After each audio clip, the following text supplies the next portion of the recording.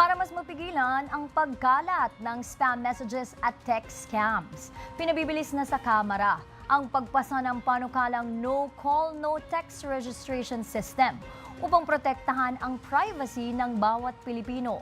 Ang detalye, ihahatid ni Kate Renya, live mula sa Batasang Pambansa. Kate? Yes, Nudge, kapag naisabatas itong No Call, No Text Register, maaaring magparehistro ang isang subscriber sa kanyang telco at kinakailangan lamang ay government ID at patunay na siya ang may-ari ng numero. Layo na itong magkontrol ang pagtanggap ng mga tawag at mensahe na natatanggap mula sa mga unauthorized number.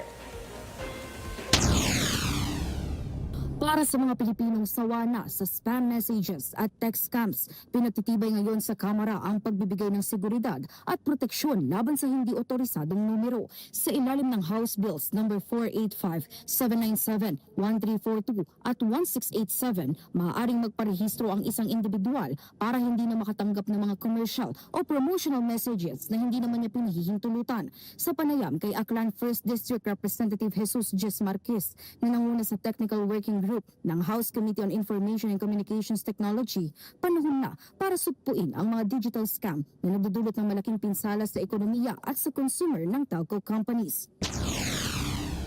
Importante ito for the safeguard of our consumers, for the safeguard of our citizens, lalong-lalo na sa mga scammers, sa mga fraudulent texts at saka phone calls. No? And I myself have experienced many of these, and very important na yung ating seguridad, lalong-lalo na sa mga consumers natin, sa mamamayan, secured tayo pagdating sa ating communications.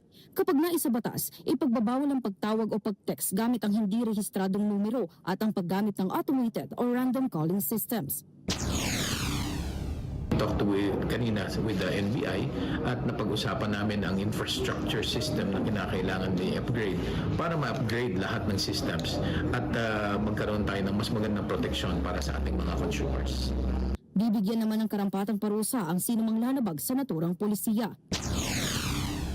With regards to penalties, no, meron tayo dito na nakalagay na civil or criminal liability.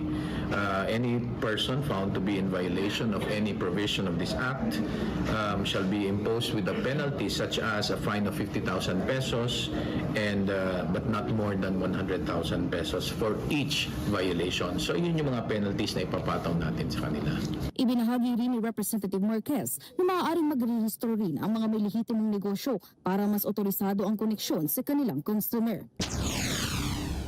If you are a business na gusto mong mag-marketing ka at legitimate ka naman, meron ka namang documents, may papers ka, you can register with this with their system para yung number mo ay maging legitimate pagdating sa connections with other individuals. Dagdag pa ng mambabatas ang hindi pagsama sa email dahil malaki anya ang sakop nito dahil kasama dito pati ang ibang mga bansa kaya mahihirapan ang pag-implement sa mga email platforms.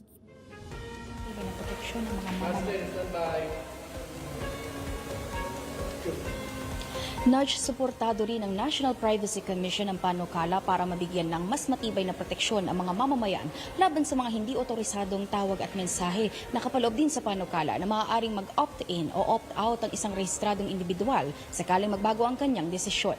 Mula rito sa Kamara, para sa totoong balita sa Bagong Pilipinas, Kate Renya, Congress News.